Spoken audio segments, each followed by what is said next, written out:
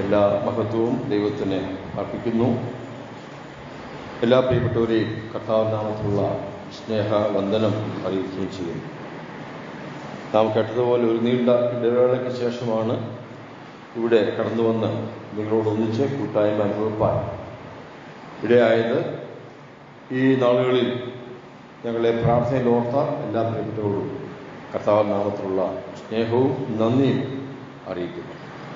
നമുക്ക് ഈ ദിവസങ്ങളിൽ ഒന്നിച്ച് പഠിക്കുവാനായിട്ട് ഹൃദയത്തിൽ ദൈവം തന്ന പ്രേരണ വെളിപ്പാട് പുസ്തകത്തിൽ കൊടുത്തിരിക്കുന്ന 7 സഭകളെക്കുറിച്ച് ചിന്തിക്കണം എന്നാണ്. 2-3 അധ്യായങ്ങളിലായിട്ട് 7 സഭകളെക്കുറിച്ച് കർത്താവ് യോഹന്നാൻ മുഖാന്തരം അരുളി ചെയ്തത് നമുക്ക് രേഖപ്പെടുത്തി കിട്ടിയിട്ടുണ്ട്. വിശദമായിട്ട് ഒരു പഠനം ഉദ്ദേശിക്കുന്നില്ല. ദൈവം അനുവദിച്ചാൽ ഓരോ ആഴ്ച ഓരോ സഭകളെക്കുറിച്ച് ചിന്തിക്കാം എന്നാണ് വിചാരിക്കുന്നത്. അത് നമ്മുടെ എല്ലാവരുടെയും വ്യക്തിപരമായ ജീവിതത്തിനും സഭാ ശുശ്രൂഷയ്ക്കും സഭയുടെ അനുഗ്രഹത്തിനുമൊക്കെ കാരണമായി തീരേണ്ടതിന് ദൈവം നമ്മളെ സഹായിക്കട്ടെ. എന്നാൽ അതിന് പ്രാരംഭമായിട്ട് ഇന്ന് നാം ചിന്തിക്കാൻ ഉദ്ദേശിക്കുന്നത് അതിൻ്റെ 1-ാമത്തെ അധ്യായത്തിലെ ചില കാര്യങ്ങളാണ്. വെളിപ്പാട് പുസ്തകം 1-ാമത്തെ അധ്യായം.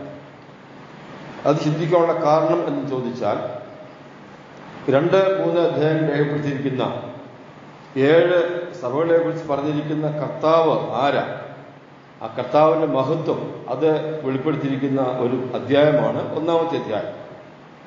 വിശദമായിട്ട് അതൊന്നും ചിന്തിക്കുന്നില്ല. അത്യാവശ്യം അറിഞ്ഞിരിക്കേണ്ടത് അധികം കർത്താവിനെ സ്നേഹിപ്പാൻ മുഖാന്തരമാകേണ്ടതിനായിട്ട് നമുക്ക് ആ 1-ാം അധ്യായത്തിൽ നിന്നും അത്യാവശ്യ കാര്യങ്ങളൊക്കെ ഒന്ന് നോക്കാം. വെളിപ്പാട് പുസ്തകം 1-ാം അധ്യായം 1-ാമത്തെ വാക്യം ആരംഭിക്കുന്നത് ഇങ്ങനെയാണ്: യേശു ക്രിസ്തുവിന്റെ വെളിപ്പാട് എന്ന the revelation of Jesus Christ. ആ വാക്ക് തന്നെ ഒരു പ്രത്യേക വിഷയം യോഹന്നാനും അന്നത്തെ വിശ്വാസികൾക്കും ധൈര്യത്തിന് വേണ്ടിയുള്ളതായിട്ട് വെളിവാകുന്നുണ്ട്. അതെന്താണെന്ന് ചോദിച്ചാൽ, ചക്രവർത്തിമാരുടെ ഭരണകാലത്ത് അതികഠിനമായ പീഡ അനുഭവിച്ച് ബുദ്ധിമുട്ടനുഭവിച്ച് വിശ്വാസികൾ സഭകൾ മുൻപോട്ട് പോവുകയാണ്. ആ സമയത്ത് അവരെ സഹായിക്കാനായിട്ട് തമ്പുരാൻ മാത്രമേ ഉള്ളൂ. കർത്താവിന്റെ സ്വർഗ്ഗത്തിലേക്ക് പോവുകയും ചെയ്തു. അതവരെ ധൈര്യപ്പെടുത്തുന്നതിനായിട്ട് വന്ന് വെളിപ്പെടുത്തി കൊടുക്കുന്ന ചില കാര്യങ്ങളിൽ ആദ്യമേ യോഹന്നാൻ രേഖപ്പെടുത്തുന്നത് യേശുക്രിസ്തുവിന്റെ ജീസസ് ക്രൈസ്റ്റ്. നാം അതിനെ പഠിക്കുമ്പോൾ നമുക്ക് യേശു ക്രിസ്തുവെന്നും ക്രിസ്തു യേശുവെന്നും കർത്താവായ യേശു ക്രിസ്തുവെന്നും ക്രിസ്തുവെന്നും യേശുവെന്നും ഇങ്ങനെ പല സ്ഥലങ്ങളിൽ പല വാക്ക് ഉപയോഗിച്ചിട്ടുണ്ട്. എല്ലാത്തിനും ഉദ്ദേശമുണ്ട്, ഇല്ലാന്ന് വരത്തില്ല. ഇവിടെ യേശു ക്രിസ്തു എന്ന് പറയുമ്പോൾ ദൈവത്തിന്റെ 2 സ്വഭാവത്തെ വെളിപ്പെടുത്തുക. യേശു എന്ന് പറഞ്ഞാൽ തന്റെ മാനുഷിക നാമമാണ്. മറിയ ഗർഭിണിയായിരിക്കുമ്പോൾ ദൂതൻ പ്രത്യക്ഷപ്പെട്ട് പറഞ്ഞായിരുന്നല്ലോ, അവൻ തന്റെ ജനത്തെ അവരുടെ പാപങ്ങളെ രക്ഷിപ്പാൻ ഇരിക്കൊണ്ട് അവൻ യേശു എന്ന് പേരിടണം. അപ്പൊ യേശു എന്ന് പേരിട്ടതാണ്, ഉണ്ടായിരുന്നതല്ല. അത് മാനുഷിക നാമമാണ്. എന്നാൽ ലൂക്കോസ് സുവിശേഷം 2-ാം അധ്യായത്തിൽ പറയുന്നത്, സർവ്വജനത്തിനും ഉണ്ടാകുവാനുള്ള മഹാസന്തോഷം നിങ്ങളെ അറിയിക്കുന്നു, കർത്താവായ ക്രിസ്തു എന്ന രക്ഷിതാവ് ജനിച്ചിരിക്കുന്നു. അപ്പൊ ജനിച്ചപ്പോൾ അവൻ ആരാ? ജനിച്ചതിന് മുമ്പേ ക്രിസ്തു ആയിരുന്നു, അവൻ ജനിച്ചു. ആ ക്രിസ്തു എന്നുള്ളത് മുൻപേ ഉണ്ടായിരുന്നവനായതുകൊണ്ട് അവൻ ആ ദൈവത്വത്തിന്റെ നാമമാണ്, ദൈവത്വത്തെ സൂചിപ്പിക്കുന്ന നാമമാണ്. യേശു ക്രിസ്തു ജനിച്ചു എന്നൊക്കെ നമ്മൾ പറയുമ്പം അത് സത്യമാണെങ്കിൽ പോലും താൻ പലപ്പോഴും പറഞ്ഞല്ലോ, ഞാൻ വന്നതെന്ന് പറഞ്ഞത് ഉണ്ടായിരുന്നയാളാണെന്ന് അതിന്റെ അർത്ഥം. അപ്പൊ യേശു ക്രിസ്തു എന്ന വാക്ക് ഒന്നിച്ചു വന്നപ്പോൾ തന്റെ ദൈവത്വവും തന്റെ മനുഷ്യത്വവും ഒരുപോലെ ചിത്രീകരിക്കുവാനായിട്ടാണ് ആ വാക്ക് ദൈവാത്മാവ് രേഖപ്പെടുത്തിയിരിക്കുന്നത്. അതിൽ എന്തിനാണെന്ന് ചോദിച്ചാൽ, ഇവിടെ കഷ്ടം അനുഭവിക്കുന്നത് മനുഷ്യരാണ്. സഹായിപ്പാനായിട്ട് വേറെ ആരുമില്ല. കൂട്ടുവിശ്വാസത്തിലുണ്ടെന്നുള്ളതേ ഉള്ളൂ. പിന്നെ സഹായിക്കാൻ കഴിയുന്നത് ദൈവമാണ്. ആ ദൈവത്തിന് മനുഷ്യത്വ സ്വഭാവം കൂടെ ഉള്ളത് കൊണ്ട് മനുഷ്യരനുഭവിക്കുന്ന കഷ്ടതകളുടെ, ശാരീരിക ബുദ്ധിമുട്ടിന്റെ, മാനസിക ബുദ്ധിമുട്ടിന്റെ എല്ലാം നന്നായിട്ട് അറിയുവാൻ കഴിയും. അതുകൊണ്ടാണ് തന്റെ മനുഷ്യത്വവും ദൈവത്വവും ഒരുപോലെയുള്ള ഒരു നാമം കൊണ്ട് അത് ആരംഭിച്ചത് എന്ന് നമുക്ക് ന്യായമായിട്ട് ചിന്തിക്കുവാനായിട്ട് സാധിക്കും. പിന്നെ പറഞ്ഞിരിക്കുന്നത് യേശു ക്രിസ്തുവിന്റെ വെളിപ്പാട് എന്ന വെളിപ്പാട് എന്ന് പറഞ്ഞ വാക്കിന്റെ യഥാർത്ഥ ഒറിജിനൽ വാക്ക് പറഞ്ഞിരിക്കുന്നത് അപ്പോക്കാലിപ്സ് എന്ന് പറഞ്ഞാൽ അതിന്റെ അർത്ഥം മറ നീക്കി എന്ന, മറ നീക്കി. നമുക്കറിയാം, ഈ ഉദ്ഘാടനത്തിലൊക്കെ മന്ത്രിമാർ വരുന്ന സ്ഥലത്ത് അവിടെ എന്തെങ്കിലുമൊക്കെ എഴുതി വെച്ചിട്ട് അതിന് മുമ്പിൽ ഒരു കർട്ടൻ ഇടും. ആ കർട്ടൻ ഇങ്ങനെ വലിച്ച് നീക്കി കണ്ടിട്ടുണ്ടല്ലോ, അതിന് മറ നീക്കുക എന്ന് പറയുന്നത്. മറ നീക്കിയപ്പോൾ അവിടെ എഴുതിയിരുന്നത് കണ്ടു, അവിടെ വെച്ചിരുന്നത് കണ്ടു. ആ വെച്ചിരുന്നതോ എഴുതിയിരുന്നതോ അപ്പോഴുണ്ടായതല്ല, അത് നേരത്തെ അവിടെ എഴുതി വെച്ചിരുന്നത് അല്ലെ ഉണ്ടാക്കി വെച്ചിരുന്നതാണ്. മറ നീക്കിയപ്പോൾ കണ്ടു എന്ന് മാത്രമേ ഉള്ളൂ. അപ്പോൾ വെളിപ്പാട് എന്ന് പറഞ്ഞതിന്റെ ആശയം, നിത്യതയില് ദൈവം പദ്ധതി ഒരുക്കിയ ഒത്തിരി കാര്യങ്ങളുണ്ട്. അതെല്ലാം ഒന്നും നമുക്ക് ഒന്നിച്ച് വെളിപ്പെടുത്തി കിട്ടിയിട്ടില്ല.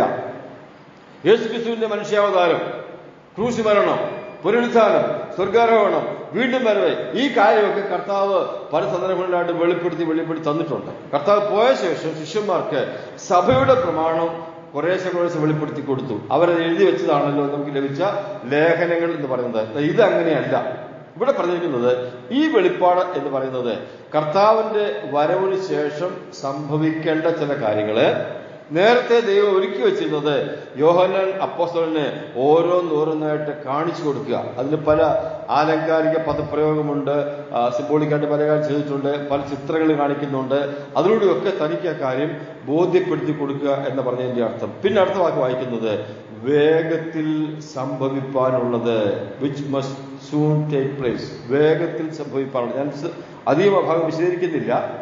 വേഗത്തിൽ സംഭവിക്കുക എന്ന് പറഞ്ഞാൽ അതിന് രണ്ട് ആശയമുണ്ട്. ഒന്നാമത്തേത്, ഇത് പറയുമ്പോൾ കർത്താവിന്റെ വരവിനെ കുറിച്ച് ആദ്യം പറയുന്നത്.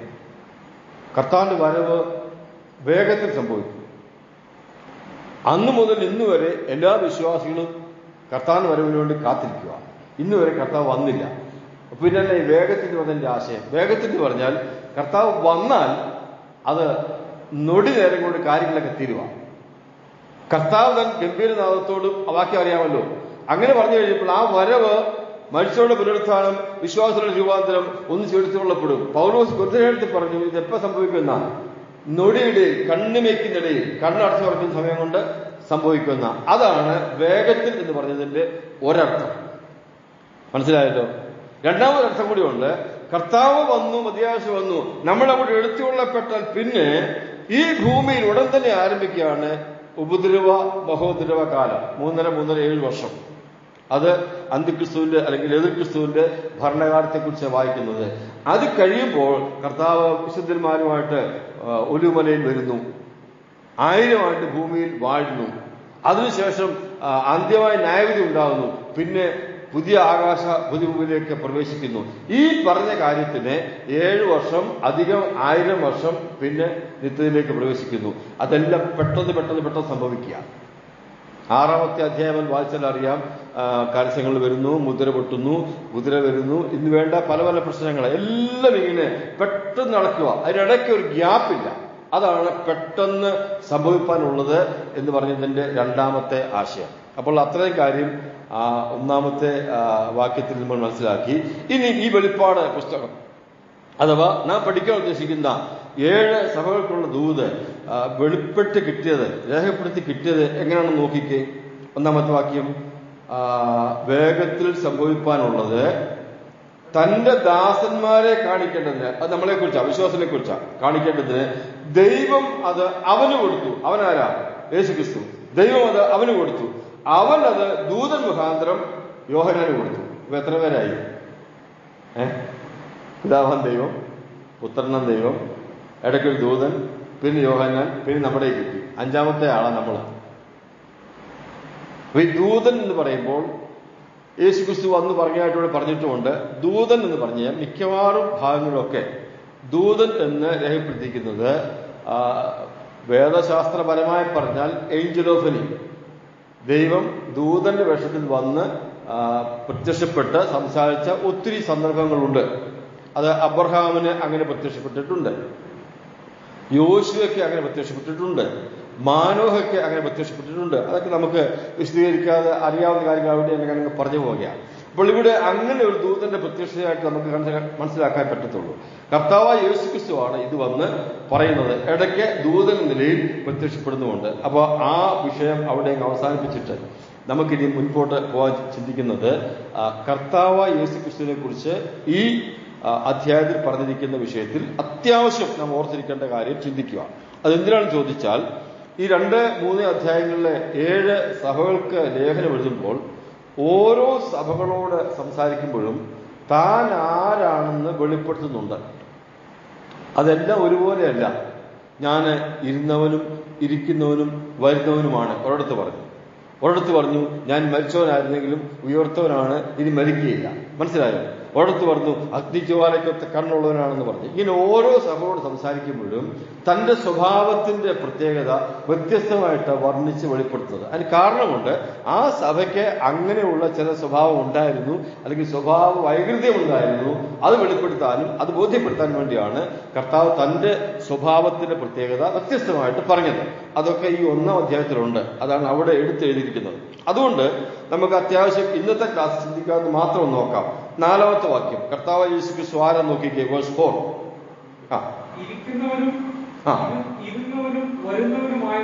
ഇരിക്കുന്നവനും ഇരുന്നവനും വരുന്നവനും, ഇതാ കർത്താവിന്റെ പ്രത്യേകത. നമ്മുടെ കർത്താവിന്റെ, സഭയുടെ കാന്തനായിരിക്കുന്ന കർത്താവിന്റെ, സഭയെ നന്നായി അറിയുന്ന കർത്താവിന്റെ പ്രത്യേകത അവൻ ഇരിക്കുന്നവനും ഇരുന്നവനും വരുന്നവനുമാണ്. വിശദീകരിക്കാൻ ആവശ്യമില്ലല്ലോ. തന്റെ നിത്യത്വം, താൻ നിത്യനാണെന്ന് കാണിക്കുന്ന വാക്യമാണ്. ഇനി യോഹന്നാൻ സുവിശേഷത്തിൽ നിന്ന് നമുക്കെല്ലാവർക്കും അറിയാവുന്ന 3 വാക്യം പറഞ്ഞ് ഞാൻ ആ കാര്യം ഒന്ന് ഉറപ്പാക്കിയിട്ട് മുമ്പോട്ട് പോകാം. അത് വായിക്കേണ്ട ആവശ്യം വരുത്തില്ല.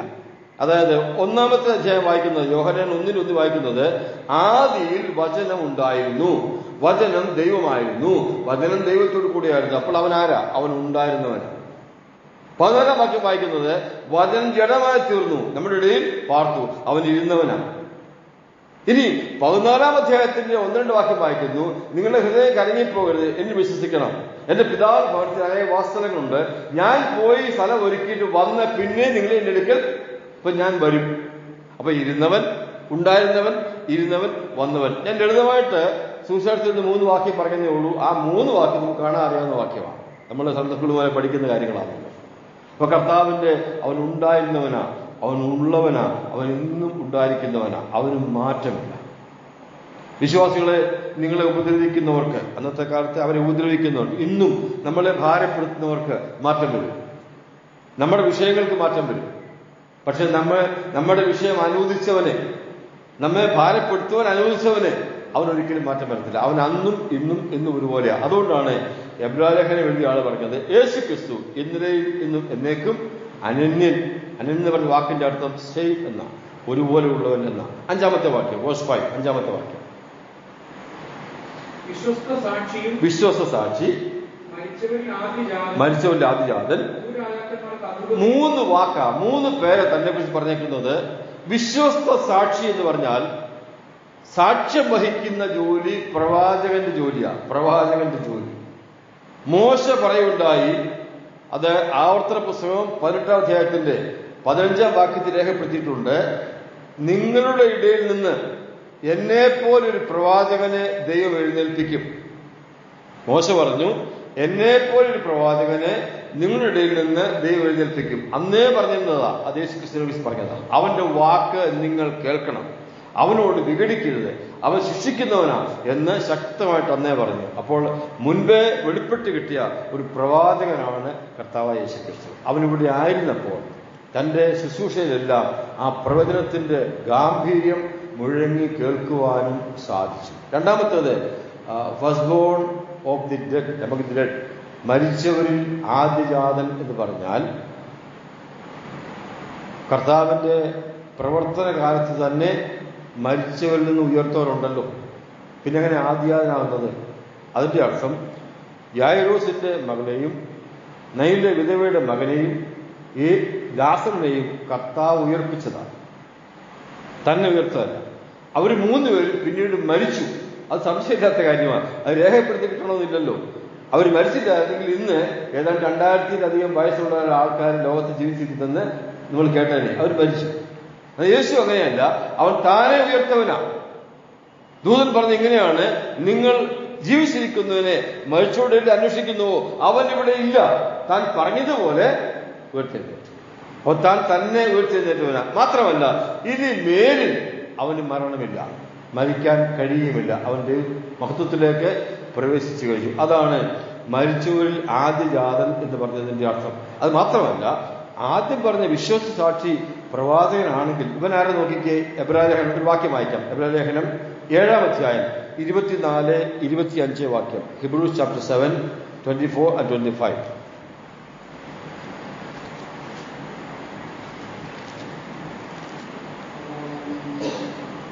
ഇവനോ എന്നേക്കും ഇരിക്കുന്നത് കൊണ്ട് മാറാത്ത പൗരോഹിത്യം ആകുന്നു പ്രാപിച്ചിരിക്കുന്നത്. അതുകൊണ്ട് താൻ മുഖാന്തരമായി ദൈവത്തോട് അടുക്കുന്നവർക്ക് വേണ്ടി പക്ഷപാതം ചെയ്യുവാൻ സദാ ജീവിക്കുന്നവനാകിയാൽ. ഇപ്പൊ സദാ ജീവിക്കുന്നു എന്ന് പറഞ്ഞാൽ നമ്മൾ വായിച്ചെന്തുവാ? മരിച്ചവരിൽ ആദ്യജാതൻ. അവൻ സദാ ജീവിക്കുന്നവനാകിയാൽ അവൻ പുരോഹിതനാ, പക്ഷപാതം കഴിക്കുന്നവൻ. അവരുടെ ശുശ്രൂഷ ഇന്നും ചെയ്തുകൊണ്ടിരിക്കുക. ഞാൻ പറയട്ടെ, കർത്താവ് ഭൂമിയിലായിരുന്നപ്പോഴും പൗരോഹിത്യ ശുശ്രൂഷ ചെയ്ത ആളാണ്. എങ്ങനെയാണെന്ന് ചോദിച്ചാൽ, താൻ ഒരു യാഗം കഴിച്ചു. അത് കാൽവരിയിൽ യാഗമാണ്. യാഗം അർപ്പിച്ചത് താനായിരുന്നു. യാഗ വസ്തുവും താനായിരുന്നു. സാധാരണ യാഗം അർപ്പിക്കുന്നത് യാഗപീഠത്തിലാണ്. ആ യാഗപീഠം തൻ്റെ തോളിൽ ചുമന്നുകൊണ്ട് പോയതും ആരായിരുന്നു? താൻ തന്നെയായിരുന്നു. യാഗപീഠം തോളിൽ ചുമന്നുകൊണ്ട് പോയ യാഗാർപ്പകൻ യാഗവസ്തുവായി തീർന്നു. ഇതുപോലൊരു യാഗം ലോക ചരിത്രത്തിലുണ്ടായിട്ടില്ല. എന്നിട്ട് അവിടെ നിന്ന് എഴുന്നേറ്റ് സ്വർഗത്തിലേക്ക് പോയിട്ട് ഇന്ന് നമുക്ക് വേണ്ടി മധ്യസ്ഥ വഹിക്കുക, പുരോഹിതന ശുശ്രൂഷ. അപ്പോൾ അവൻ പുരോഹിതനാണ്, പ്രവാചകനുമാണ്, പുരോഹിതനുമാണ്. പിന്നെ വായിച്ചത് എന്തുവാ? ഭൂരാജാക്കന്മാർക്ക് അധിപതി, ruler of the kings, king of kings. അവൻ രാജാവാണ്, സംശയമൊന്നുമില്ല. വിശദീകരിക്കാൻ ആവശ്യമില്ലല്ലോ. തന്റെ ജനനത്തിങ്കൽ വിദ്വാൻമാർ യേശുവിനെ കാണാൻ ചെന്നപ്പോൾ, കുഞ്ഞിനെ കാണാൻ ചെന്നപ്പോൾ അവർ വഴിതെറ്റി ചെന്ന് കൊട്ടാരത്തിൽ ചോദിച്ചു, യഹൂദന്മാരുടെ രാജാവായി ഇതുപോലെ ആരും പിറന്നിട്ടില്ല, രാജാവായിട്ട് ആരും പിറന്നിട്ടില്ല. ജനിച്ച മനുഷ്യൻ വളർന്നു വരുമ്പോൾ അപ്പൻ രാജാവാണെങ്കിൽ ഒരുപക്ഷെ അപ്പന്റെ രാജ്യത്ത് മകന് കിട്ടും. അല്ലെങ്കിൽ വളർന്നു വരുമ്പോൾ ശക്തിയുള്ളവനാണെങ്കിൽ രാജാക്കന്മാരെയൊക്കെ കൊന്നിട്ട് വേണമെങ്കിൽ ആ സ്ഥാനം എടുക്കാം. അങ്ങനൊന്നുമല്ല, അവൻ ജന്മന രാജാവാണ്. തന്റെ പ്രസംഗത്തിലും പഠിപ്പിക്കലും എല്ലാം ആ രാജകീയ പ്രൗഢിയോട് താൻ പ്രസംഗിച്ചു. മത്തായി സുവിശേഷം 5, 6, 7 അധ്യായങ്ങൾ വായിച്ചാൽ അറിയാം, തന്റെ പ്രസംഗമെല്ലാം താൻ വരുവാൻ പോകുന്ന രാജ്യത്തിൽ തന്നോടുകൂടെ വാഴുവാനിരിക്കുന്ന ജനങ്ങള് എങ്ങനെ ആയിരിക്കണം എന്നുള്ളതിന്റെ പഠിപ്പിക്കലാണ് അവിടെ കാണുന്നത്. രാജകീയ പ്രഭാഷണമാണ്. ഇനി താൻ നമുക്ക് വേണ്ടി മരിക്കുവാനായിട്ട് തുടങ്ങുമ്പോൾ പീലാത്തോസ് ചോദിച്ചു, നീ യഹൂദന്മാർ രാജാവോ? മിണ്ടിയില്ല, മറുപടി പറഞ്ഞില്ല. അപ്പൊ ചോദിച്ചു, നീ എന്നെ മിണ്ടാതിരിക്കുന്നത് ചോദിച്ചു. കുറച്ചേം ചോദിച്ചു, നീ രാജാവ് തന്നെയോ? ഉടനെ വാ തുറന്ന് പറഞ്ഞു, അതെ, ഞാൻ രാജാവ് തന്നെ. എന്താ വ്യത്യാസം? അവൻ യഹൂദന്മാർ രാജാവായിട്ട് വന്നവനല്ല, പിന്നെ ആരാ?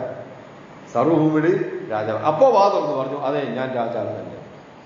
അപ്പൊ ജനിച്ചപ്പോഴും രാജാവാ, മരിക്കുമ്പോഴും രാജാവാ, ഇന്നും അവൻ രാജാവാ. നമ്മൾ യേശുവിനെ കർത്താവ് സ്വീകരിച്ചപ്പോൾ അവൻ നമ്മുടെ ഹൃദയത്തിൽ വന്ന് വാഴാൻ ആരംഭിച്ചു. അവൻ നമ്മുടെ ജീവിതത്തിലെ രാജാവാണ്. അതുകൊണ്ട് അവൻ പുരോഹിതനാണ്, പ്രവാചകനാണ്, പുരോഹിതനാണ്, രാജാവാണ്. അതാണ് 5-ാമത്തെ വാക്യത്തിന്റെ അർത്ഥം. ഈ പ്രത്യേക പദവി നമുക്കും ഉണ്ടെന്ന് ഓർക്കണം. ഉണ്ടോ? ഇത് 3 നമുക്കുണ്ടോ? നാം സാധാരണ വായിക്കുന്നതും പറയുന്നതും കാണാതെ പറയുന്നതും ആരാധനയ്ക്ക് പറയുന്നത് വാക്യമുണ്ടല്ലോ, പത്രോസിന്റെ ലേഖനം, നിങ്ങളോ അന്ധകാരത്തിൽ നിന്ന് തന്റെ അത്ഭുത പ്രകാശത്തിലേക്ക് നിങ്ങളെ വിളിച്ചവന്റെ സൽഗുണങ്ങളെ ഘോഷിക്കും ജോലി ആരുടേതാണ്? പ്രവാചകന്മാരുടെയാണ്. ഘോഷിപ്പാൻ തക്കവണ്ണം തിരഞ്ഞെടുക്കപ്പെട്ട ജാതിയും രാജകീയ പുരോഹിതവർഗം. ഇപ്പൊ നമ്മൾ പ്രവാചകന്മാരാണ്, പുരോഹിതന്മാരാണ്, രാജാക്കന്മാരാണ്. അത് കളക്റ്റീവായിട്ട് പറയാവൂ, ഒറ്റയ്ക്ക് പറയല്ലേ. ഞാൻ പ്രവാചകനല്ല, വി ആർ പ്രോഫറ്റ്സ്. നമ്മളാരാ? നമ്മള് പ്രവാചകന്മാരാണ്. ഞാൻ രാജാവല്ല, നമ്മൾ രാജാക്കന്മാരാണ്. ഞാൻ പുരോഹിതനല്ല, നമ്മൾ പുരോഹിതന്മാരാണ്. കാരണം നമുക്ക് മുകളിൽ ഒരുത്തനുണ്ട്, രാജാവുണ്ട്, വലിയ പ്രവാചകനുണ്ട്, മാത്രമല്ല ശ്രേഷ്ഠ മഹാപുരോഹിതനുണ്ട്. അതുകൊണ്ട് നാം അവന്റെ കീഴിലുള്ള രാജകീയ പുരോഹിത പ്രവാചക ഗണത്തിൽപ്പെട്ടവരാണ്. അപ്പൊ നമ്മുടെ കർത്താവിനെ പോലെയുള്ള സ്ഥാനമാണ് പിതാവ് തന്റെ പുത്രന്റെ മരണ അടക്ക പുനരുത്ഥാനത്തിലൂടെ നമുക്ക് തന്നത് എന്ന് നാം മറന്നുപോകരുത്. ഈ കർത്താവാണ് നമ്മൾ ഇനി പഠിക്കാൻ പോകുന്ന സഭയോട് സംസാരിക്കാൻ പോകുന്നത്. ഇനി 6-ാമത്തെ വാക്യം, 6-ാം വാക്യം, വേഴ്സ് 6. നമ്മെ സ്നേഹിക്കുന്നവനും എന്ന് പറഞ്ഞേക്കുന്നത് പ്രസന്റ് കണ്ടിന്യൂസ് ടെൻസിലാണ് പറഞ്ഞേക്കുന്നത്. തുടർമാനമായിട്ട് ചെയ്തുകൊണ്ടിരിക്കുന്ന കാര്യമാണ്. സ്നേഹിച്ചവനെന്നല്ല, സ്നേഹിക്കാൻ പോകുന്നവനൊന്നുമല്ല, സ്നേഹിക്കുന്നവനും. ഇത് എന്ന് തുടങ്ങിയതാണ്.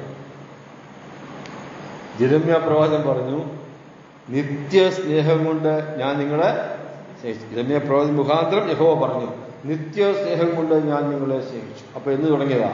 നിത്യതയിൽ തുടങ്ങിയതാ. നിത്യതയ്ക്ക് തുടക്കമുണ്ടോ? ഇല്ല, നമുക്കറിയത്തില്ല. നിത്യതയ്ക്ക് തുടക്കമില്ല. ബൈബിളിൽ കിട്ടിയ ആകെപ്പാടെ കിട്ടിയ വാക്യം ആദി ദൈവം എന്ന് പറഞ്ഞ. അപ്പൊ അന്ന് മുതൽ അതിനു മുമ്പ് തന്നെ നമ്മളെ സ്നേഹിക്കുന്നുണ്ട് എന്നാ പറഞ്ഞതിന്റെ ആശയം. ഇനി ആ സ്നേഹത്തിന്റെ ശരിയായ ഭാവം വെളിപ്പെടുത്തിയത് ഒരു നല്ലൊരു വാക്ക് വായിച്ച് റോമാലേഖനം 5-8 വാക്യം. Romance chapter 5:8. ആ സ്നേഹം, നിത്യതയിലെ സ്നേഹത്തിന്റെ ഒരു ശരിയായ വെളിപ്പെടുത്തൽ, ഒരു പദപ്രയോഗം ഉണ്ട്.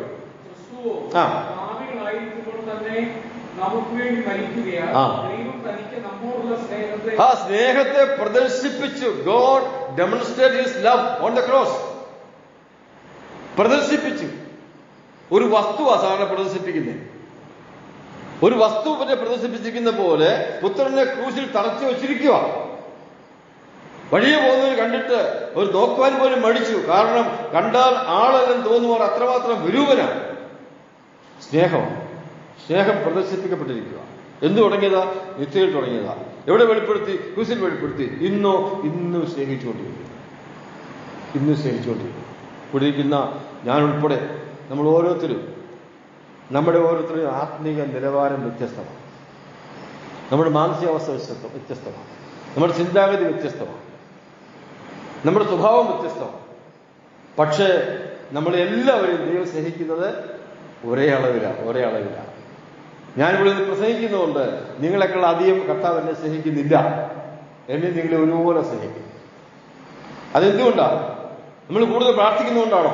കൂടുതൽ സ്തോത്രം ചെയ്തിട്ടുകൊണ്ടാണോ? അല്ല. രക്ഷിക്കപ്പെട്ടതുകൊണ്ട് ആ സ്നേഹം ഇന്നും തുടരുക. അത് ഞാൻ കുറച്ച് മെച്ചമായി ജീവിക്കുമ്പോൾ അധികം സ്നേഹിക്കത്തില്ല. ഞാൻ ജീവിതത്തിൽ അല്പം കുറവ് വരുമ്പോൾ, പാവം വരുമ്പോൾ, പരാജയം വരുമ്പോൾ തന്റെ സ്നേഹത്തിന് കുറവ് വരത്തില്ല. കാരണം എന്നാ? ദൈവ സ്നേഹം എന്ന് പറയുന്നത് അത് ഒരുപോലെ പോകുന്നത്, സ്ഥിരമായിട്ടുള്ളതാണ്. സ്റ്റേബിളാണ്. ഫ്ലക്ച്വേഷൻ ഇല്ല, ഏറ്റക്കുറച്ചിലില്ല. അങ്ങനെ വന്നാൽ അത് ദൈവസ്നേഹമല്ല.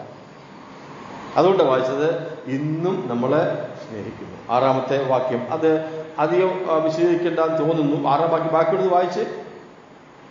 നമ്മുടെ പാപം പോക്കി അത് നമ്മൾ പറഞ്ഞു. പിന്നെ ഈ രാജ്യവും പുരോഹിതന്മാരും ആക്കി. ഞാൻ പുരോഹിതന്റെ കാര്യം പറഞ്ഞായിരുന്നു. ഈ രാജ്യം എന്ന് പറയുന്നത് രാജാവെന്നും ഉണ്ട്, രാജ്യവും. 2 ട്രാൻസ്ലേഷൻ ഉണ്ട്. രണ്ടും ശരിയാണ്. നമ്മുടെ രാജാക്കന്മാരാക്കി, നമ്മെ രാജ്യമാക്കി എന്നും പറയുന്നത് തെറ്റില്ല. എന്നറിയാമോ? നമ്മെ രാജ്യമാക്കി. അങ്ങനെ വിചാരിച്ചു. നമ്മെ രാജ്യമാക്കി. രാജ്യത്തിൽ ആരുണ്ട്? രാജ്യത്തിൽ ഏറ്റവും വലിയ ആളാണ് രാജാവ്. എന്നെ രാജ്യമാക്കിയിട്ട് കർത്താവ് എന്നിൽ വന്ന് രാജാവായിട്ട് വാഴുക. മനസ്സിലായോ? അത് അതിന്റെ ആശയം. എന്ത് പറഞ്ഞാലും ശരിയാ, ദൈവം എന്ത് ചെയ്താലും ശരിയാ, നമുക്കോട് ചെയ്തിരിക്കുന്നതെല്ലാം ശ്രേഷ്ഠമായിരിക്കുന്ന കാര്യമാണെന്ന നാം പഠിച്ചു വരുന്ന വിഷയത്തിന്റെ ശ്രേഷ്ഠത. 7-ാമത്തെ വാക്യം വായിക്കാം. വേഴ്സ് 7, 7-ാം വാക്യം. ഇതാ അവൻ മേഘാരൂഢനായി വരുന്നു. 7 കണ്ണും അവനെ കുത്തിത്തുളച്ചവരും അവനെ കാണും. ഭൂമിയിലെ ഗോത്രങ്ങളൊക്കെ അവനെ ചൊല്ലി വിലപിക്കും. ഇവിടെ വന്നിരിക്കുന്നത് കർത്താവിന്റെ 2-ാം വരവിന്റെ 2-ാം പതനത്തെ കുറിച്ചാണ്. Second Advent of second coming. നാം അത് മുൻപ് മറ്റു പല വിഷയത്തിൽ പഠിച്ചിട്ടുള്ള കാര്യമാണല്ലോ. കർത്താവിന്റെ മധ്യാകാശ വരവിന്റെ 1-ാമത്തെ ഘട്ടം, ഫസ്റ്റ് അഡ്വന്റ് എന്ന് പറയുന്നത് മധ്യാകാശത്തിൽ വരിക എന്നുള്ളതാണ്. കർത്താവ് താൻ ഗംഭീരനാദത്തോടും പ്രധാന ദൂതന്റെ ശബ്ദത്തോടും ദൈവത്തിന്റെ കാഹളത്തോടും കൂടെ സ്വർഗത്തിൽ നിന്ന് ഇറങ്ങി വരും. അപ്പോൾ ക്രിസ്തുവിൽ മരിച്ചവർ മുൻപ്, പിന്നെ ജീവനോട് ശേഷിക്കുന്ന രൂപാന്തരപ്പെട്ട അവരോട് ഒരുമിച്ച് കർത്താവിനെ എതിരേൽപ്പാൻ മേഘങ്ങളിൽ. കർത്താവ് നമ്മെ എതിരേൽക്കണോ? നാം കർത്താവിനെ എതിരേൽക്കണോ? കർത്താവിനെ എതിരേൽപ്പാൻ. അവൻ വന്ന് അവിടെ നിൽക്കുക, നമ്മൾ അവിടെ ചെന്ന് അവരെ എതിരേൽക്കുക. ഇതാണ് 2-ാം വരവിന്റെ 1-ാമത്തെ പതനം. അങ്ങനെ നാം കർത്താവോടുകൂടി ആയിരിക്കും വായിക്കുന്നത്. നാം അവനോടുകൂടി ആയിരിക്കും എന്ന് വായിക്കും. അതിനുശേഷം മുമ്പ് പറഞ്ഞതുപോലെ ഈ ഭൂമിയിലെ 7 വർഷത്തെ ബഹോദരകാലത്തിന് ശേഷം കർത്താവ് വീണ്ടും ഭൂമിയിലേക്ക് വരുന്നു, വിശുദ്ധന്മാരും നമ്മളുമായിട്ട് 1000 ആണ്ട് വാഴ്ചക്കായി. ആ സമയത്താണ് ലോകം മുഴുവനും അവനെ കാണുന്നത്. ആദ്യത്തെ വരവെങ്കിൽ വിശുദ്ധന്മാർ മാത്രമേ കാണത്തുള്ളൂ, വിശുദ്ധന്മാർ മാത്രമേ കേൾക്കത്തുള്ളൂ. കർത്താവിന്റെ കാഹളനാദം മരിച്ച വിശുദ്ധന്മാർ മാത്രമേ കേൾക്കത്തുള്ളൂ. മരിച്ച് എല്ലാവരും കേട്ടാൽ എല്ലാവരും കേൾക്കും. എല്ലാവരും അപ്പോൾ ഉയർക്കാൻ പാടില്ല. ആരെ ഉയർക്കാൻ പാടുള്ളൂ? വിശുദ്ധന്മാർ മാത്രം. അവരെ മാത്രം കേൾക്കുമെന്ന് പറയാൻ കാരണം എന്നാ? അവർ ജീവിച്ചിരുന്നപ്പോൾ സുവിശേഷം എന്ന കാഹളനാദം കേട്ട് രക്ഷിക്കപ്പെട്ട് ദൈവങ്ങളായവർ. തെസ്സലോനിക്ക സഭയോട് പൗലോസ് പറയുന്നു, നിങ്ങളുടെ നിന്നും സുവിശേഷം കാഹളം പോലെ ധ്വനിച്ചു എന്ന് വായിക്കുന്നു. സുവിശേഷം എന്ന കാഹളം മുഴക്കിയപ്പോൾ കേട്ടവരും അംഗീകരിച്ചവരും അവർ മാത്രമേ കർത്താവിന് വരുമെങ്കിൽ അത് കേട്ട് ഉയർക്കത്തുള്ളൂ. അങ്ങനെ ഉയർത്ത് അവിടെ ചെല്ലും. ഇനി രണ്ടാമത് വരുമ്പോൾ എല്ലാവരും കാണുമെന്ന് പറഞ്ഞാൽ അതിൽ പ്രധാനപ്പെട്ട ഒരു കൂട്ടം ആൾക്കാരാണ് ഈ യഹൂദന്മാർ. അതാണ് ആ 7ാമത്തെ വാക്യത്തിന്റെ രത്നചുരുക്കം. അവനെ കുത്തിത്തുളച്ചവര് അവനെ കാണുമെന്ന് പറഞ്ഞാൽ യഹൂദന്മാരാണ് കർത്താവിനെ ക്രൂശിക്കുവാനായിട്ട് മുൻപിൽ നിന്നത്. ആശ്ചര്യമായിട്ട് പറഞ്ഞാൽ അവസാനം ഒരു പടയാളി ഒരു കുന്തം കൊണ്ട് അവന്റെ വിലാപ്പുറത്ത് കുത്തി. ആ വാക്കൊന്ന് വായിച്ചു. യോഹന്നാൻ 19:34 വാക്യം.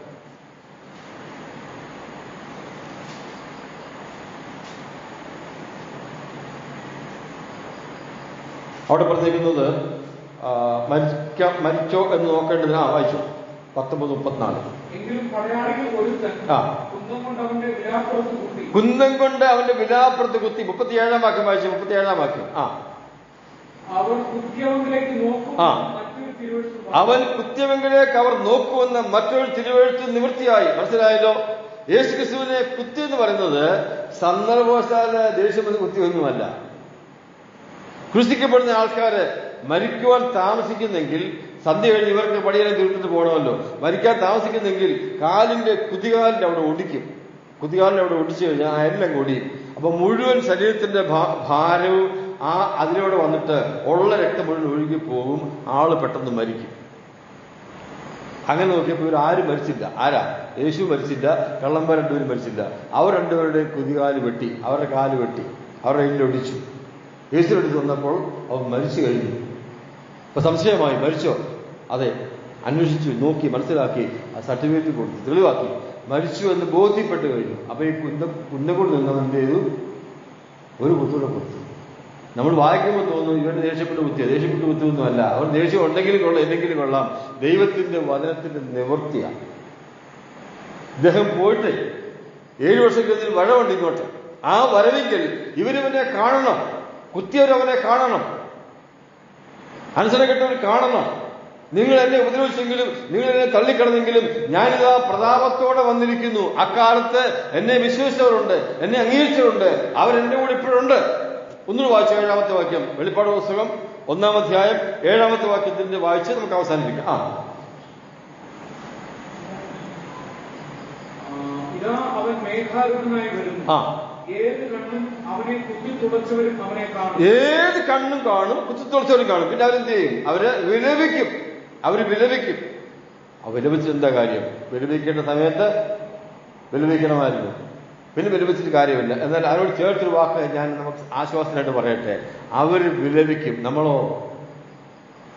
നമ്മൾ സന്തോഷം. നമ്മൾ കർത്താവിന്റെ കൂടെയാണ്. ഒന്നാമത് അങ്ങ് ചെന്നതിന്റെ സന്തോഷം നമുക്ക് പറഞ്ഞറിയിക്കാൻ കഴിയാത്തതാണ്. അതിലൂടെ നമ്മളോട് കൂടെ വരവെന്നൊക്കെ പറയുമ്പോൾ എന്റെ പ്രിയമുള്ളവർ അതൊക്കെ ചിന്തിക്കുമ്പോൾ ഉണ്ടല്ലോ എത്ര ശ്രേഷ്ഠമായിരിക്കുന്ന കാര്യമാണ്. ഒരു കൂട്ടർ വിലപിക്കുന്നു. നാം നിശ്ചയമായിട്ടും അവരോട് എപ്പോഴും സന്തോഷത്തോടെ ആയിരിക്കും. അതോർത്ത് നമുക്ക് ദൈവത്തെ സ്തുതിക്കാം. നാം വിലപിക്കാതിരിക്കേണ്ടതിന് നമ്മുടെ വിലാപം ക്രൂശി വഹിച്ച കർത്താവിനെ നമ്മൾ അംഗീകരിക്കാനുള്ള ഭാഗ്യം നമുക്ക് തന്നു. അതുകൊണ്ടാണ് നമുക്ക് വിലാപമില്ലാതെ സന്തോഷിപ്പാനായിട്ട് ഇടയാകുന്നത് എന്നോർത്ത് നമുക്ക് ദൈവത്തെ സ്തുതിക്കാം. 8-ാമത്തെ വാക്യം, വേഴ്സ് 8, വെളിപ്പാട് 1:8. ഞാൻ അൽഫയും ഒമേഗയും ആകുന്നുവെന്ന് ഇരിക്കുന്നവനും ഇരുന്നവനും വരുന്നവനുമായി സർവശക്തിയുള്ള ദൈവമായ കർത്താവായ യേശുക്രിസ്തുവിനെ കുറിച്ചാണല്ലോ നാം ഇപ്പോൾ പഠിച്ചുകൊണ്ടിരിക്കുന്നത്. ചുരുക്കമായിട്ടാണെങ്കിൽ താൻ പിന്നെയും പറയുന്നത് ഞാൻ ആൽഫയും ഒമേഗയും ആകുന്നു. നമുക്കറിയാം ഗ്രീക്ക് ആൽഫബറ്റിലെ ആദ്യത്തെയും അവസാനത്തെയും അക്ഷരമാണ് ആൽഫ ഒമേഗ എന്ന് പറയുന്നത്. നമ്മുടെ ഇംഗ്ലീഷ് ഭാഷയിൽ പറഞ്ഞാൽ A to Z എന്ന് പറയത്തില്ലേ? A to Z സാധാരണ പറയുന്ന വാക്കാണ്. അവൻ ആദിയും അന്തവുമാണ്, അവൻ തുടക്കവും ഒടുക്കവുമാണ് എന്ന പറഞ്ഞ് വന്നതിൻ്റെ അർത്ഥം.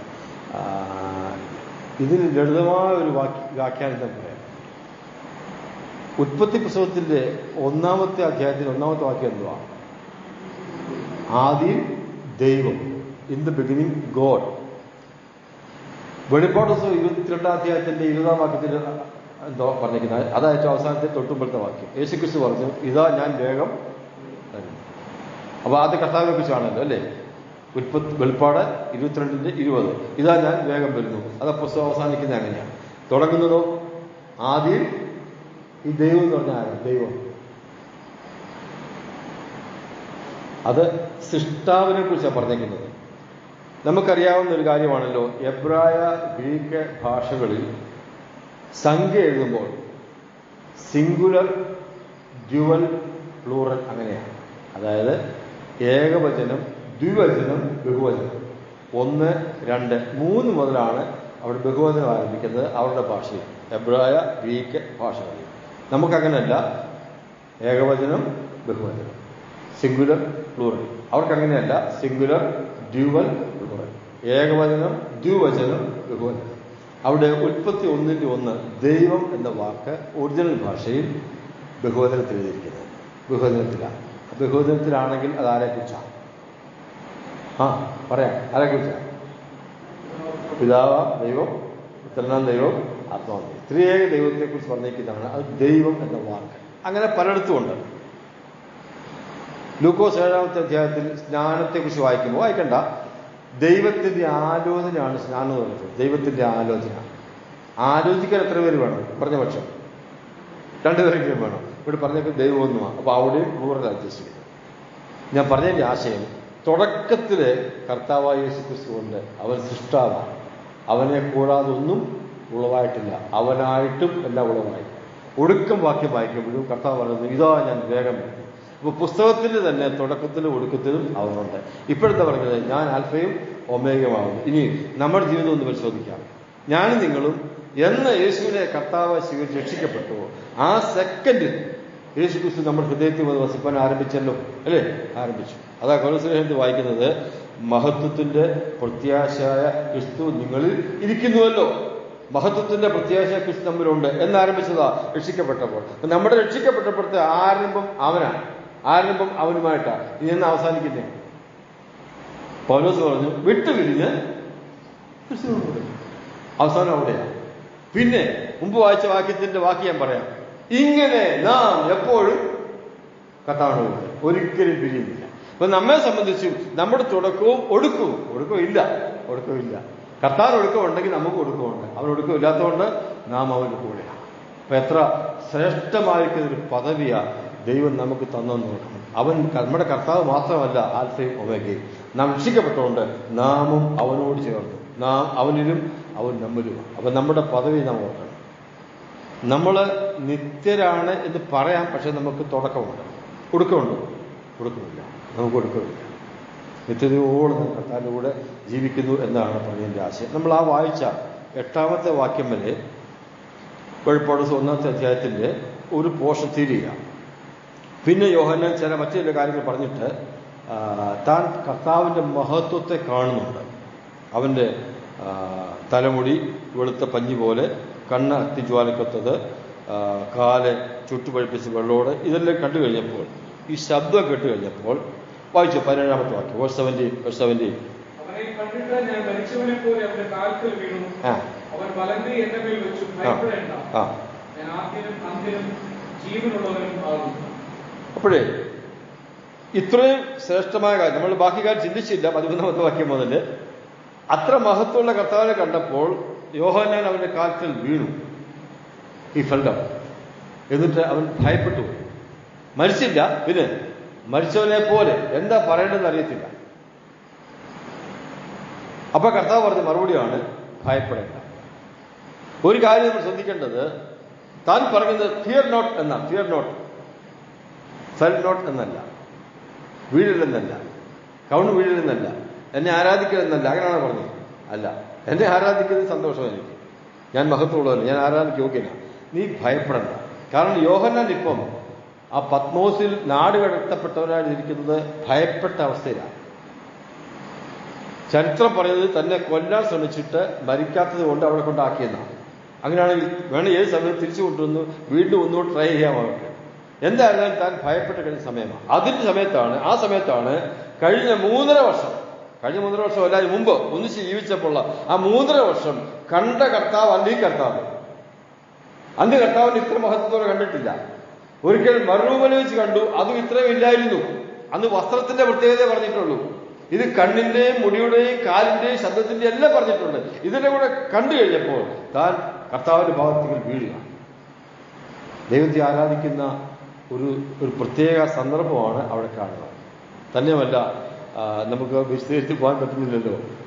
കർത്തൃ ദിവസത്തിൽ ഞാൻ ആത്മവിവശനായി എന്ന് പറഞ്ഞാൽ രക്ഷിക്കപ്പെട്ട കാലം മുതൽ, കർത്താവുമായി ബന്ധപ്പെട്ട കാലം മുതൽ കർത്തൃ ദിവസത്തിന് പ്രാധാന്യം കൊടുത്ത ഒരു അപ്പോസ്തലന്മാർ. ആ മനുഷ്യൻ ഇപ്പോൾ ഇവിടെ കർത്തൃ ദിവസം മാത്രമല്ല, ഒരു മീറ്റിംഗിൽ പോകാൻ കഴിയാതെ, ഒരു കൂട്ടായ്മയില്ലാതെ ദുഃഖിച്ചിരിക്കുമ്പോൾ ആ കർത്തൃ ദിവസം താൻ കുറച്ചുകൂടെ കർത്താവിന്റെ മഹത്വത്തേക്ക് ചിന്തിച്ച് ആത്മവിവശനായി കഴിയുമ്പോഴാണ് കർത്താവിന്റെ പ്രത്യക്ഷത. കർത്താവ് പറഞ്ഞു, ഭയപ്പെടേണ്ട. ബാക്കി എന്താ പറഞ്ഞിരിക്കുന്നത്? ഭയപ്പെടേണ്ട, ഞാൻ മരിച്ചവനായിരുന്നു, എന്നാൽ ജീവിച്ചിരിക്കുന്നു. മരണത്തിന്റെ താക്കോൽ എന്റെ കൈവശമുണ്ട്. ഇത്രയൊക്കെ ഇതിനെ പറയുന്നത് കർത്താവ്. യോഹന്നാൻ മരിക്കും, ഇപ്പോൾ ഇരിക്കത്തില്ലല്ലോ, ഭയപ്പെട്ട് മരിക്കത്തുന്നില്ല. പിന്നെ എന്തിനാ പറയുന്നത്? കർത്താവ് പറയുന്നത്, നീ എഴുതുവാൻ പോകുന്നത് 7 സഭകൾക്കാണ്. ആ സഭാവിശ്വാസികളൊക്കെ ഭയത്തിൽ കഴിയുക. ഏത് സമയത്തും ഈ ക്രൂരന്മാരുടെ പീഡനം ഉണ്ടാകാം, കൊല്ലപ്പെടുവാനും സാധ്യതയുണ്ട്. എത്രയോ പേര് കൊല്ലപ്പെട്ടു, എത്രയോ പേര്, ആയിരങ്ങളെ കൊല്ലപ്പെട്ടു, ആയിരങ്ങളല്ല കൊല്ലപ്പെട്ടത്. ഇനി അങ്ങനെ സംഭവിച്ചാൽ പോലും പറഞ്ഞതിന് ദൈവസഭയോട് ഭയപ്പെടേണ്ട, ഞാൻ ഉയർത്തെഴുന്നേറ്റിരിക്കുന്നു. അതാ എന്റെ ആശയം. ഞാൻ മരിച്ചവനായിരുന്നു, അതുകൊണ്ട് നിങ്ങൾ മരിക്കേണ്ടി വന്നാലും ഭയപ്പെടേണ്ട, ഉയർക്കും. ഞാൻ ഉയർത്തതിന്റെ അടിസ്ഥാനത്തിൽ നിങ്ങൾ ഉയർക്കുമെന്ന് പറഞ്ഞ് യോഹന്നാനിലൂടെ വിശ്വാസത്തെ ധൈര്യപ്പെടുത്താൻ വേണ്ടിയാണ് ഈ കാര്യം പറഞ്ഞത്. ഈ വാക്ക് പിന്നെയും നമ്മൾ പഠിക്കുമ്പം ആ സഭയോട് പറയുന്നുണ്ട്. എന്നെപ്പോഴുള്ളവർ നമ്മുടെ ജീവിതത്തിൽ എന്തെല്ലാം സംഭവിച്ചാലും നാം ഭയപ്പെടുവാൻ ആവശ്യമില്ല, നിരാശപ്പെടുവാൻ ആവശ്യമില്ല. കാരണം നാം കടന്നു പോകുന്ന വഴികൾ കർത്താവിന് അറിയാത്ത വഴികളല്ല. ഇനി മരണം സംഭവിച്ചാലോ? കർത്താവ് മരിച്ചില്ലയോ? യേശു മരിച്ചില്ലയോ? യേശു മരിച്ചു. തനിക്ക് മരണത്തിന്റെ പ്രത്യേകതയും അറിയാം. അതുകൊണ്ട് ഉയർക്കുമെന്ന് പറഞ്ഞ് അവരെ ധൈര്യപ്പെടുത്തുന്നതാണ് 17-ാമത്തെ വാക്യത്തിൽ നാം കണ്ടത്. ഇനി 20-ാം വാക്യം വായിച്ച് 20-ാമത്തെ വാക്യം അധികം നീട്ടിക്കൊണ്ട് പോകണ്ട. 20-ാമത്തെ വാക്യം. 7 നക്ഷത്രത്തിന്റെ മർമ്മവും 7 പൊൻകിരണത്തിന്റെ വിവരവും എഴുതുക. 7 നക്ഷത്രത്തിൽ 7 സഭകളുടെ ദൂതന്മാരാകുന്നു.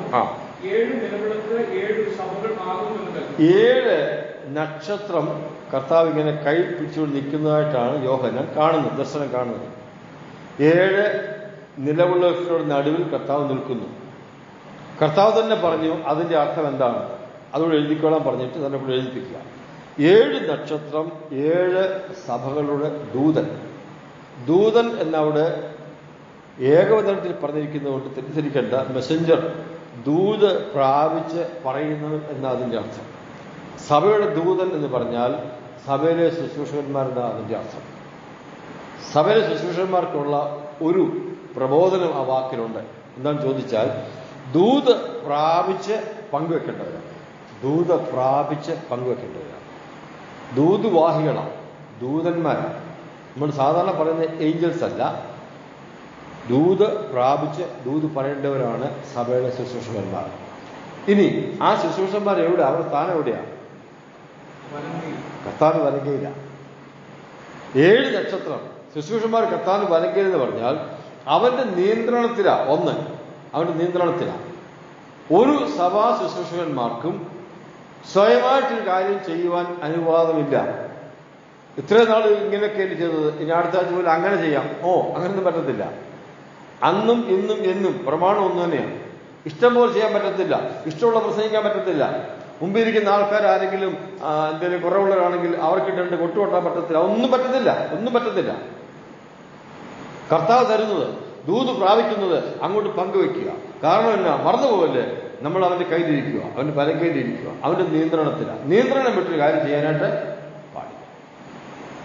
സന്ദർഭത്താൽ ഒരു വാക്കെന്റെ ശ്രദ്ധ വന്ന് ഞാൻ പറയട്ടെ, ഓർമ്മ വന്ന് പറയട്ടെ. കുശവന്റെ കയ്യിലെ കളിമണിനെ കുറിച്ച് വായിക്കുന്നുണ്ട് അരുമയായ പുസ്തകത്തിൽ. കുശവൻ കളിമണ്ണുകൊണ്ട് പാത്രം ഉണ്ടാക്കിക്കൊണ്ടിരിക്കുമ്പോൾ കളിമണ്ണ് അവന്റെ കയ്യിൽ ചീത്തയായി. അതെ,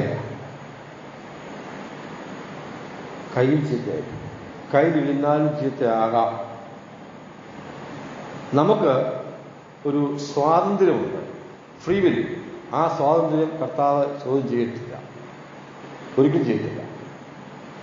നമ്മൾ അവൻ്റെ കയ്യിലാണെങ്കിലും, ശുശ്രൂഷകർ അവൻ്റെ കയ്യിലാണെങ്കിലും, നിങ്ങൾ ഇന്നവർ ചെയ്തേ മതിയാവുമെന്ന് നമ്മളെ പഠിപ്പിക്കുന്നെങ്കിലും നമുക്ക് വേണമെങ്കിൽ തെറ്റ് ചെയ്യാം. അവന് നമ്മളെ മുറുക്കി പിടിക്കത്തൊന്നുമില്ല.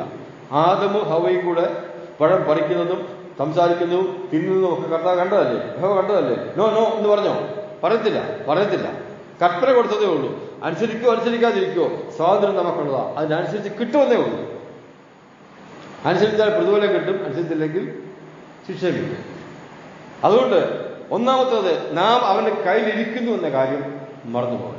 അവൻ്റെ കയ്യിലിരിക്കുക, അതാണ് ഉത്തരവാദിത്വം. രണ്ടാമത്തേത് വലങ്കയിലിരിക്കുക എന്ന് പറഞ്ഞാൽ അത് ശക്തിയെ കാണിക്കുന്നതാണ്, സംരക്ഷണത്തെ കാണിക്കുന്നതാണ്. ആർക്കും ശുശ്രൂഷകന്മാരെ അതിൽ നിന്ന് പിന്തിരിപ്പിക്കാനായിട്ട് സാധിക്കത്തില്ല. ശുശ്രൂഷകന്മാരെന്ന് പറഞ്ഞാൽ ഞാൻ ഉദ്ദേശിക്കുന്നത് സുവിശേഷകന്മാർ, മൂപ്പന്മാർ, ഡീക്കൻസ്, ഇവരൊക്കെ ഉദ്ദേശിച്ച് പറയുന്നത്. ഈ ശുശ്രൂഷ എന്ന് പറയുന്നത് കൃപാവരമാണ്. കൃപാവരത്തോടുകൂടെ ഏൽപ്പിച്ചിരിക്കുന്ന ശുശ്രൂഷയാണ്. ഒരിക്കലും അതിൽ മാറ്റം വരുത്തില്ല. എൻ്റെ ജീവിതത്തിലെ വ്യത്യസ്തമായ സാഹചര്യങ്ങളിലൊക്കെ എന്നെ ധൈര്യപ്പെടുത്തിയൊരു വാക്യമുണ്ട് റോമാലേഖനത്തിൽ. ദൈവം തൻ്റെ വിളിയെയും കൃപാവരങ്ങളെയും കുറിച്ച് അനുഭവിക്കുന്നില്ല. വിളിച്ചാക്കിയാൽ, കൃപാവരം തന്നാൽ ഒരു 10 വർഷം കഴിയുമ്പോൾ ഇവന്റെ ജീവിതത്തിൽ എന്തൊക്കെ സംഭവിക്കുമെന്ന് തമ്പുരാൻ അറിയത്തില്ലയോ? 15 വർഷം കഴിയുമ്പോൾ സംഭവിക്കുന്ന അറിയത്തില്ലയോ? അറിയാം. അറിഞ്ഞുകൊണ്ട് തന്നെ വിളിച്ചേക്കുന്നേ, അറിഞ്ഞുകൊണ്ട് തന്നെ കൃപാവരത്തിനേക്കുന്നത്. അതികഠിനമായ സാഹചര്യത്തിൽ കടന്നു പോകുമ്പോൾ അയ്യോ ഇവനെ വിളിക്കണ്ടായിരുന്നു, കൃപാവരം കൊടുക്കണ്ടായിരുന്നു എന്ന് തോന്നുമോ കർത്താവിന്? ഇല്ല. താൻ സർവജ്ഞാനി. അവിടെ പ്രിയമുള്ളവരെ, ശുശ്രൂഷന്മാരോട് ഞാൻ പറയട്ടെ, നമ്മൾ കർത്താവിൻ്റെ കരകളില്ല. ഒന്നും ഭയപ്പെടാൻ ആവശ്യമില്ല. ആർക്കും നമ്മളെ അതിൽ നിന്ന് പിന്തിരിപ്പിക്കാൻ സാധിക്കില്ല. പക്ഷേ നമ്മൾ വിശ്വസ്തരായിരിക്കണം, പ്രാപിച്ച് ദൂത് പറയുന്നവരായിരിക്കണം. പിന്നെ വായിക്കുന്നത് 7 നിലവിളക്കാണ്. ആ 7 നിലവിളക്ക് 7 സഭകളെ കാണിക്കുന്നു. ആ 7 സഭകൾ എന്ന് പറഞ്ഞാൽ അതിന് നടുവിലാണ് കർത്താവ്. 7 നിലവിളക്കുകളുടെ നടുവെന്ന് പറഞ്ഞാൽ അവിടെ പറഞ്ഞിരിക്കുന്ന ഭാഷ അനുസരിച്ച് 7 നിലവിളക്കിനോടും തനിക്ക് ഒരേ അകലമാണ്. അല്ലെങ്കിൽ 7 നിലവിളക്കും തന്നിൽ നിന്ന് ഒരേ അകലത്തിലാണ്, അല്ലെങ്കിൽ ഒരേ അടുപ്പത്തിലാണ്. ഒരു നിലവിളക്കിന് ഒത്തിരി അടുത്ത് നിന്ന് ചിന്തിക്കാൻ യാതൊരു തരവുമില്ല. കാരണം നടുവിൽ നിന്ന് പറഞ്ഞേക്കുന്നത് എല്ലാ സഭയും കർത്താവിന് ഒരുപോലെയാണ്. എല്ലാ സഭയോടും കർത്താവിനുള്ള ഇന്റിമസി ഒരുപോലെയാണ്. അത് എങ്ങനത്തെ നിലവിളക്കാണ്? ഗോൾഡൻ, തങ്കം കൊണ്ടുണ്ടാക്കിയതാണ്. സഭയ്ക്ക് പരിമിതിയുണ്ട്. ഒരു പ്രാദേശിക സഭയും പെർഫെക്റ്റ് അല്ല. ഒരു പ്രാദേശിക സഭയും പെർഫെക്റ്റ് അല്ല. കർത്താവ് പറയുകയും മാത്രമേ പെർഫെക്റ്റ് ആകത്തുള്ളൂ. എങ്കിലും കർത്താവിന്റെ ദൃഷ്ടിയിൽ അത് തങ്കമാണ്. 2, കർത്താവ് എല്ലാവരോടും ഒരുപോലെ അടുത്തുണ്ട്. ഇതൊക്കെ നമ്മളെ ധൈര്യപ്പെടുത്തേണ്ട വിഷയമാണ്. നമ്മുടെ ശ്രേഷ്ഠത കൊണ്ടല്ല, നമ്മുടെ നന്മ കൊണ്ടല്ല, നമ്മുടെ ആരാധനയുടെ വലിപ്പം കൊണ്ടുമല്ല, നമ്മുടെ മീറ്റിങ്ങുകൾക്ക് എല്ലാവരും വരുന്നതുകൊണ്ടുമല്ല.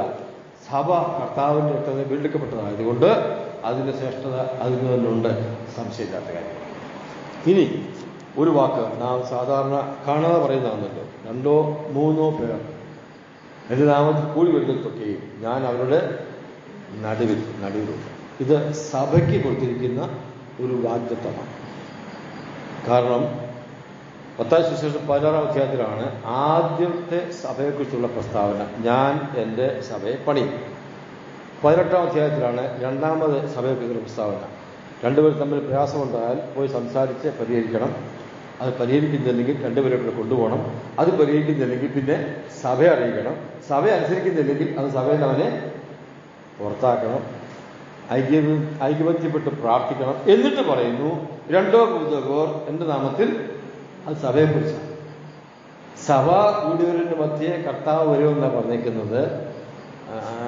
ഞാൻ അതിനെക്കുറിച്ച് പറയുന്നില്ല.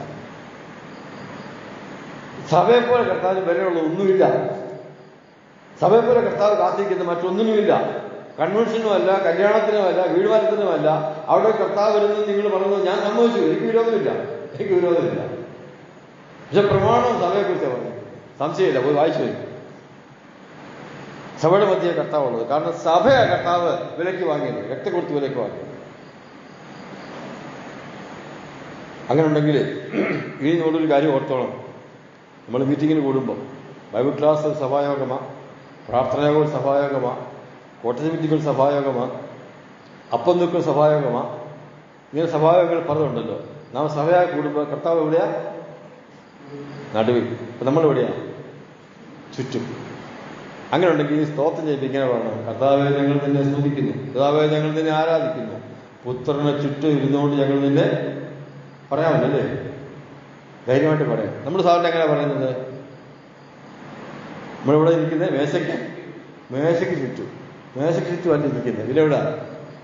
പുത്രന് ചുറ്റും ഇരിക്കുന്നത്. സത്യം അതാ. മേശ വെളിയിൽ ഇരിക്കുന്നത്. പുത്രൻ എവിടെ?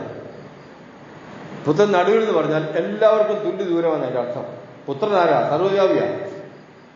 ഈ നടുവിൽ എന്ന് പറഞ്ഞാൽ അങ്ങേറ്റത്തിരിക്കുന്ന സഹോദരിക്ക് ദൂരമൊന്നും ഈ സഹോദരി ദൂരമൊന്നും അല്ല അതിനർത്ഥം. നടുവിൽ എന്ന് പറഞ്ഞാൽ എല്ലാവർക്കും ഒരേ ദൂരത്തിലാ കൃത്യം 7 നിലവിളക്കുകളുടെ നടുവിൽ. ഈ ശ്രേഷ്ഠത മനസ്സിലാക്കി വേണം നാം ദൈവസ്ഥലിൽ ഇരിക്കാൻ തന്നെ. നമ്മുടെ ബോധ്യം അദ്ദേഹം ഉണ്ട്, ആ ബോധ്യത്തിലിരിക്കാം. അപ്പോൾ നമ്മൾ ഇന്ന് വളരെ ചുരുക്കമായിട്ട് നമ്മുടെ കർത്താവിൻ്റെ മഹത്വത്തെക്കുറിച്ച് ചിന്തിച്ചു. ഈ മഹത്വം ഹൃദയത്തിൽ ചിന്തിച്ചുകൊണ്ട് വേണം അടുത്ത ആഴ്ചകളിൽ നമ്മൾ സഭയെക്കുറിച്ച് ചിന്തിക്കുവാനായിട്ട്. ഓരോ ആഴ്ച ഓരോ സഭയെക്കുറിച്ച് ചിന്തിക്കാം. 2-ാമത്തെ അധ്യായത്തിൻ്റെ ആദ്യം പറഞ്ഞിരിക്കുന്ന എഫെസസ് സഭയെക്കുറിച്ചുള്ള ഒരു 5-8 വാക്യങ്ങളുണ്ട്. എല്ലാവരും ഒന്ന് വായിച്ചുകൊണ്ട് വന്നാൽ നമുക്ക് ഒന്നിച്ച് പഠിക്കാനായിട്ട് സഹായകരമായിരിക്കും. ഇന്ന് പഠിച്ച കാര്യം നമ്മുടെ കർത്താവിനെ അധികം സ്നേഹിക്കുവാൻ, ബഹുമാനിപ്പാൻ, ഭയപ്പെടുവാൻ, ഭക്തിയോട് ജീവിപ്പാൻ മുഖാന്തരമായി തീരട്ടെ. കർത്താവിൻ്റെ വലിയ നാമം ഇന്നും എന്നേക്കും വാഴ്ത്തപ്പെടുമാറാകട്ടെ.